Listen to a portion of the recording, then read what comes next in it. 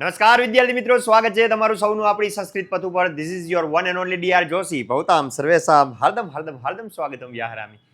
ઘણા વિદ્યાર્થીઓના મેસેજ આવે છે સાહેબ કે ગુજરાતી પ્રશ્ન, સંસ્કૃત પ્રશ્ન ઉપર આપણે વન શોટ લેવાનો છે. તો આજે આપણે ગુજરાતી પ્રશ્નનો વન શોટ લેવાના છીએ. ચેપ્ટર 1 to 10, 1 થી 10 ચેપ્ટરનું આપણે ગુજરાતી પ્રશ્નો જોવાના છીએ. હું બોલતો જઈશ, તમને યાદ રહે એના માટે હું મારી ભાષામાં ને આપણે સમજાય એવી ભાષામાં બોલીશ, પણ લખેલું નહીં હોય એટલે એ તમારે થોડીક મહેનત કરવી પડશે. પણ જવાબ તમે સાંભળશો તો તમને આવડી જશે. ઓકે, તો જોઈએ છીએ આજના આ સેશનમાં ગુજરાતી પ્રશ્નો ચેપ્ટર 1 to 10, જેને આપણે કહીએ છીએ પદ્ય શ્લોકોવાળો જે ચેપ્ટર્સ છે એ બધાના ગુજરાતી પ્રશ્નો જોવાના છે. અને આ પ્રશ્નો સાયન્સ અને આર્ટ્સ બંને માટે જરૂરી છે અને બંનેમાં આવે છે. ઓકે, તો જોઈએ છીએ. ચલો, તો તમારી સામેના પહેલા પ્રશ્ન સ્ટારવાળા છે. મોસ્ટ આઈએમપી હશે જ અને મોસ્ટ આઈએમપી તમને આપ્યા છે, પણ છતાંય કરી નાખવાના. તો પહેલો પ્રશ્ન છે, જ્યેષ્ઠ બ્રહ્મનું માથું અને ઉદર કોને કહ્યું છે? માથું અને ઉદર. ઉદર એટલે પેટ ને માથું એટલે મસ્તક. હવે મસ્તક કીધું તું દ્યુલોકને, અને દ્યુલોક એટલે કયો સ્વર્ગ, કયો શબ્દ? દ્યુલોક એટલે થાય સ્વર્ગ. શું થાય? સ્વર્ગ. એટલે દ્યુલોક લખો તો એ ચાલે, સ્વર્ગ લખો તો એ ચાલે. શું બનાવ્યું છે? માથું. ઉદર કોને કીધું છે? અંતરિક્ષને. ઓકે, ચેપ્ટર પ્રમાણે જ આપણે ક્રમથી જવાના છીએ.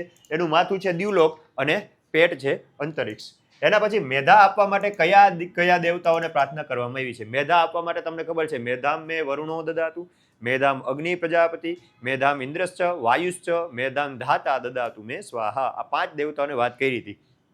કયા કયા હતા? ઇન્દ્ર, અગ્નિ, વરુણ, વાયુ. ઇન્દ્ર, અગ્નિ, વરુણ, વાયુ, ધાતા.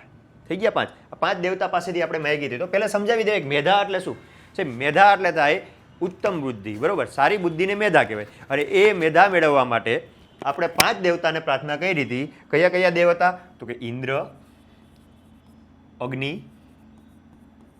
વરુણ, વાયુ અને ધાતા. આ 5 દેવતાઓને પ્રાર્થના કરી હતી. હવે માણસનું મન કેવું છે? તો એ આપણે ખબર છે, મંત્રમાં આવે છે કે માણસનું મન હૃદયની અંદર પ્રતિષ્ઠિત છે, ક્યારેય ઘરડું નથી થતું, એટલે કે જીર્ણ ન થનારું, યુવાન રહેવાવાળું છે અને અત્યંત વેગવાન છે. કેવું છે? ક્યારેય ગઈઢું ન થાય એવું, મીન્સ કે જીર્ણ ન થવું, જરા ન આવે, ગઈઢા ન થાય એવું મન છે. એ યુવાન રહેવાનું, કોઈ દી ગઈઢું ન થવાનું. તો માણસનું મન કદી જીર્ણ ન થનારું અને અત્યંત વેગવાન છે. સમજાઈ ગયું? નેક્સ્ટ પ્રશ્ન, અપ્રચેતા કોણ છે? તો કે જે માણસને કોઈ હારે વહેંચીને ખાવો જોઈએ કે દાન દેવાનો વિચાર નથી આવતો, એ અપ્રચેતા છે. એના પછીનો પ્રશ્ન, એકલો ખાનારો શું કહે છે, શા માટે?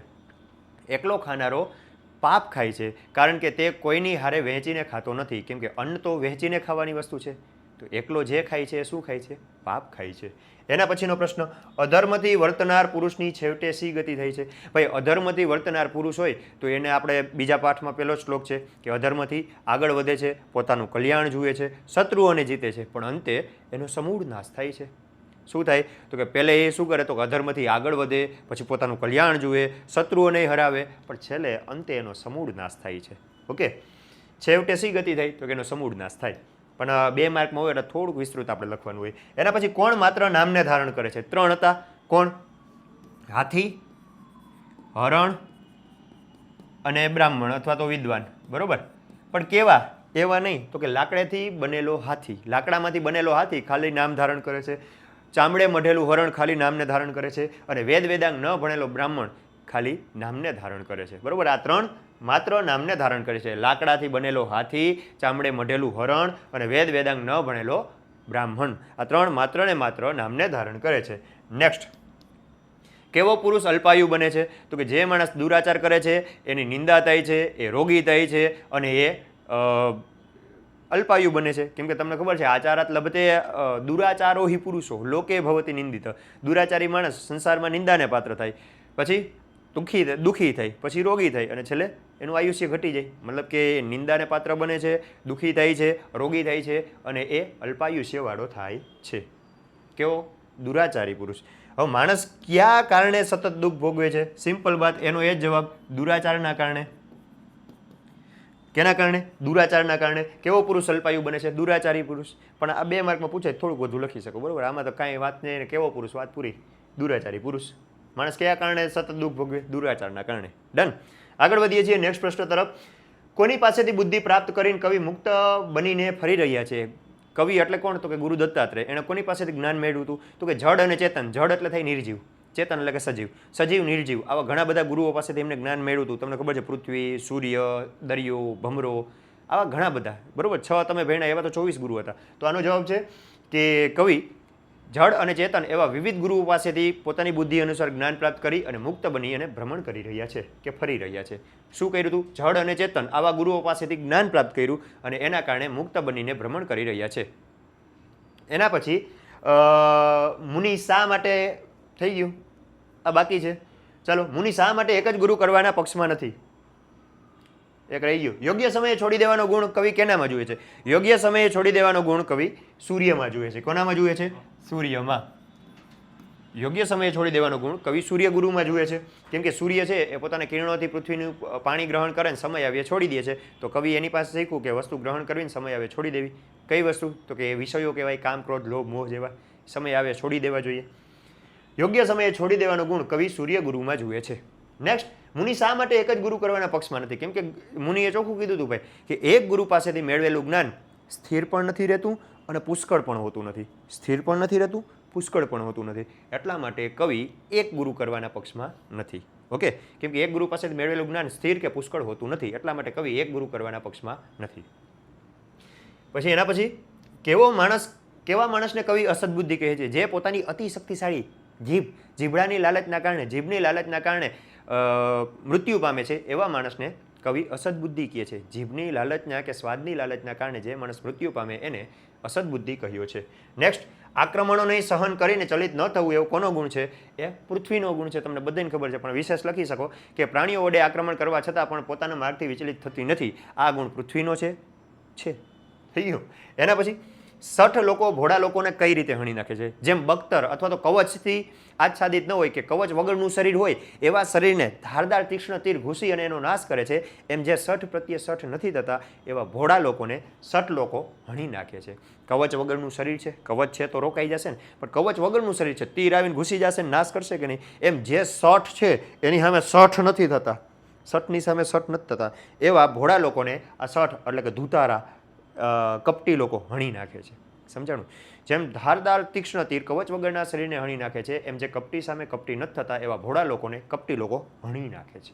સમજાઈ ગયું? નેક્સ્ટ, ક્રોધ શૂન્ય માણસની મૈત્રી કે શત્રુતા અંગે દ્રૌપદી શું કહે છે? ક્રોધ શૂન્યની મૈત્રી અને શત્રુતા અંગે દ્રૌપદી કહે છે કે જે ગુસ્સો કરે છે, જેનો ક્રોધ કરવો સફળ છે, એનાથી બધા વશમાં રહે છે. પણ જે ગુસ્સો નથી કરતા, ગુસ્સો કરે છે તો બધા વશમાં રહે છે, પણ જે ગુસ્સો નથી કરતા એ જો મિત્ર બને, શું બને?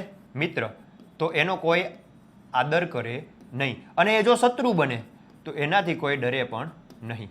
સમજાણું? ક્રોધ શૂન્યની મૈત્રી અને શત્રુતા અંગે દ્રૌપદી સમજાવતા કહે છે કે જેનો ક્રોધ કરવો સફળ છે એનાથી બધા વશમાં રહે છે, પણ જે ક્રોધ નથી કરતા એ મિત્ર બને તો એનો કોઈ આદર ન કરે, એ શત્રુ બને એનાથી કોઈ ડરે નહીં. સમજાણું? નેક્સ્ટ, યુધિષ્ઠિરની આપત્તિથી દ્રૌપદી કઈ રીતે પીડા અનુભવે છે?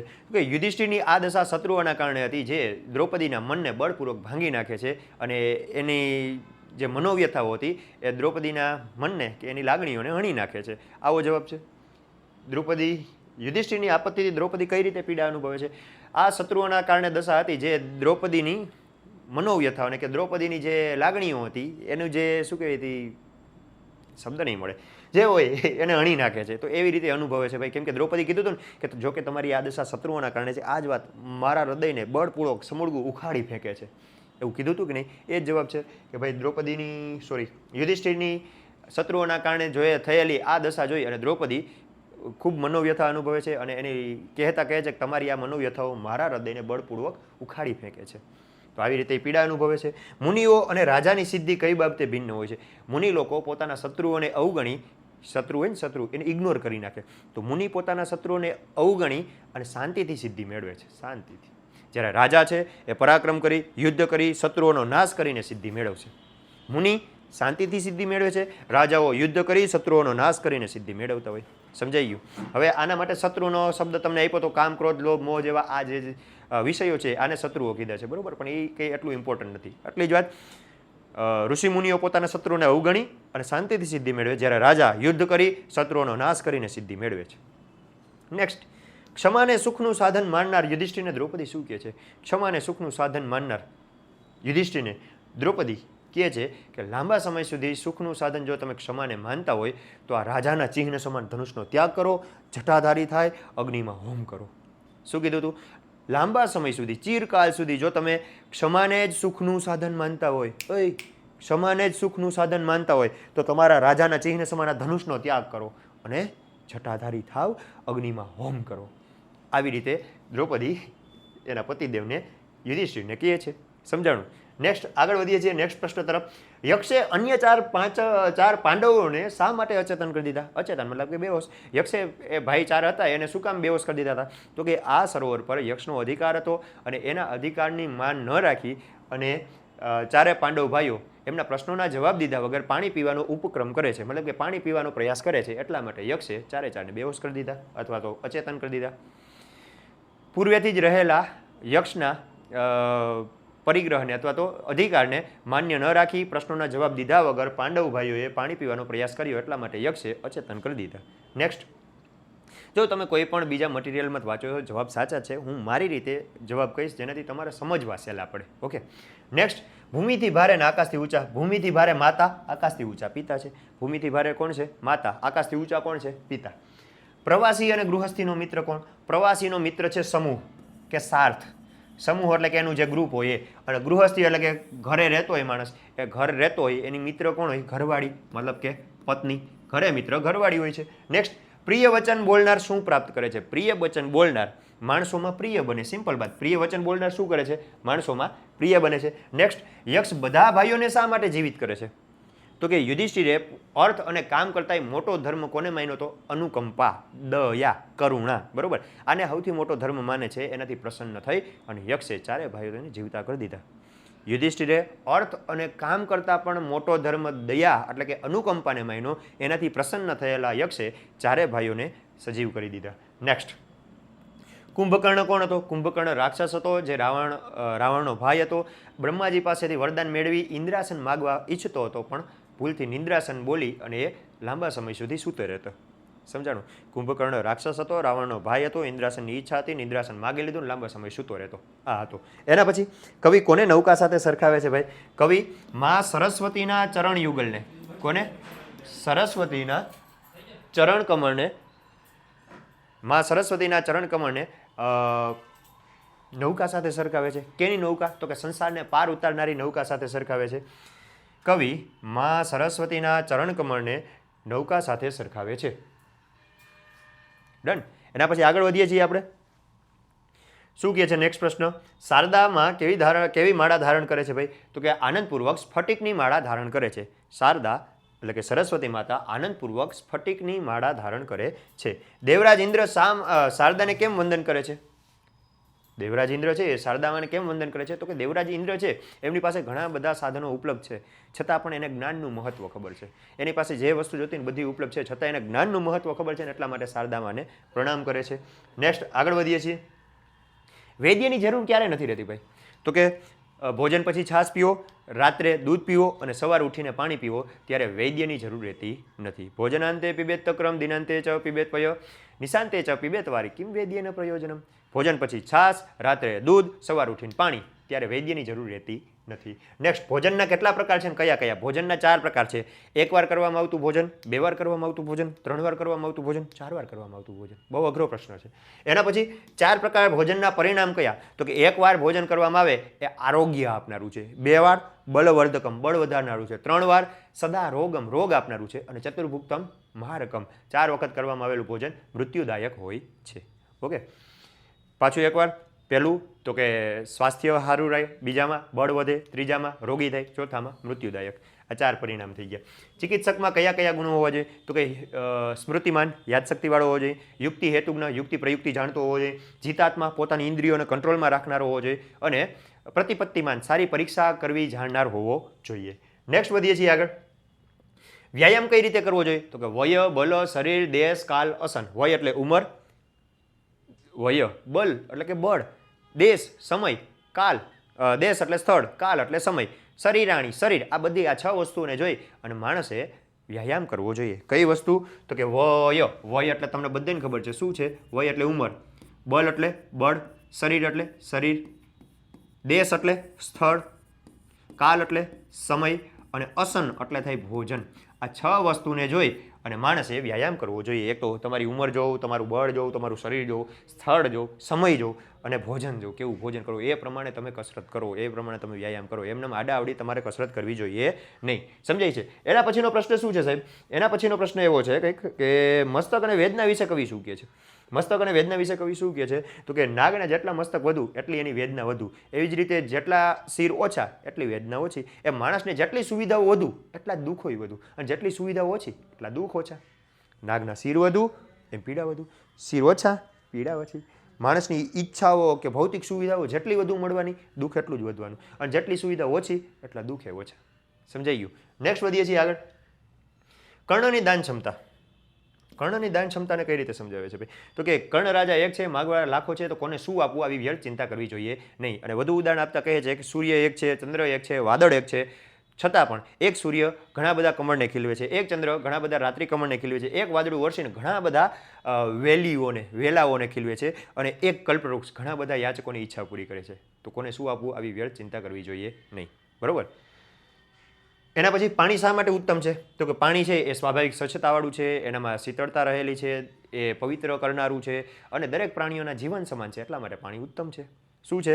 સ્વાભાવિક સ્વચ્છતાવાળું છે, એના પછી પવિત્ર કરનારું છે, દરેક પ્રાણીઓનું જીવન છે, અને એમાં સહજ ઠંડક રહેલી છે, શીતળતા રહેલી છે, એટલા માટે પાણી ઉત્તમ છે. વૃક્ષ શા માટે ધન્ય છે ભાઈ? તો કે માર્ગે મુસાફરી વૃક્ષને છાયા મેળવે છે, અને એ વૃક્ષને ઘરે પહોંચીને યાદ કરે છે, તે માટે એ વૃક્ષ ધન્ય છે. માર્ગે વૃક્ષ હોય, વૃક્ષની મુસાફિર છાયા મેળવે, અને છાયા મેળવેલો મુસાફિર ઘરે જઈને એ વૃક્ષને યાદ કરે ત્યારે એ વૃક્ષ ધન્ય છે. સમજાણું? નેક્સ્ટ, હાથી અને કૂતરાની અન્યોક્તિ. હાથી અને કૂતરો બેની વાત કરી હતી કે બે ટાઈપની પર્સનાલિટી આવે, બરોબર? તો એ કેવી છે એ હાથી અને કૂતરા દ્વારા સમજાવી હતી. હાથી છે એ ધીરજ પહેલાં કૂતરાની વાત કરે કે કૂતરો એને ભોજન દેનાર તરફ પૂંછડી પટપટાવીને ચાલે છે, એના પગમાં આડોટે છે, જમીન ઉપર લોટીને પેટને મોઢું દેખાડે છે.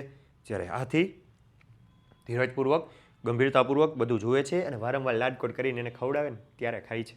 જ્યારે કૂતરો આમ ખાલી બોલાવે ને પૂંછડી પટપટાવતો દોડે, અને એના પગમાં આડોટે, અને બોઢું પેટ દેખાડીને ભવ ભવ કરે ને આવું બધું કરે. પણ હાથી છે એ ધીરજપૂર્વક ઊભો રહેશે, અને જ્યારે એને લાડકોડ કરીને ખવડાવશે ને ત્યારે ખાશે. તો આ વાત હાથી અને કૂતરા વચ્ચેનો આ ભેદ છે. બરોબર? કે કૂતરો એને ભોજન દેનારા તરફ પૂંછડી પટપટાવીને ચાલે છે, એના પગમાં આડોટે છે, જમીન ઉપર આડોટી મોઢું પેટ દેખાડે છે. જ્યારે હાથી ધીરજપૂર્વક ઊભો રહે છે ને વારંવાર લાડકોડ કરીને મારો દીકરો ખાને એમ કહે ને ત્યારે બાનમાં ખાય. તો આ તમારો ભેદ સમજાઈ ગયો હશે. આગળ વધીએ છીએ. લ્યો, તો આ 10 તમારા ચેપ્ટરના જે સંસ્કૃત પ્રશ્ન, ગુજરાતી પ્રશ્ન હતા 1 થી 10ના, એ પૂરા. નેક્સ્ટ આપણે એપિસોડ જોઈએ છીએ જેમાં 11 થી 20 ચેપ્ટરના આપણે પ્રશ્નો જોવાના છીએ. ઓકે, ચલો, થેન્ક યુ. જય હિન્દ, જય ભારત. મળતે હૈ નેક્સ્ટ એપિસોડ में.